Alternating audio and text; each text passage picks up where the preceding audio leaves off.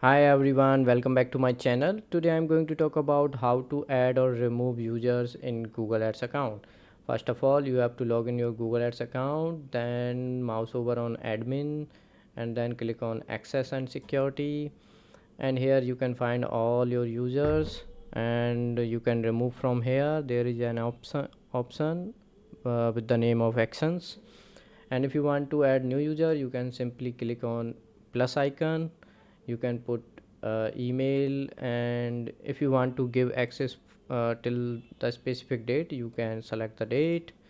And here are few options: email only, billing. Suppose you want to give access to client, you can give a billing access, so only client can edit bills. And this is a admin access, it has all the access. And if you want to give access to colleague, you should give a standard, so he has no access to add or remove users, but it has the rest of the access.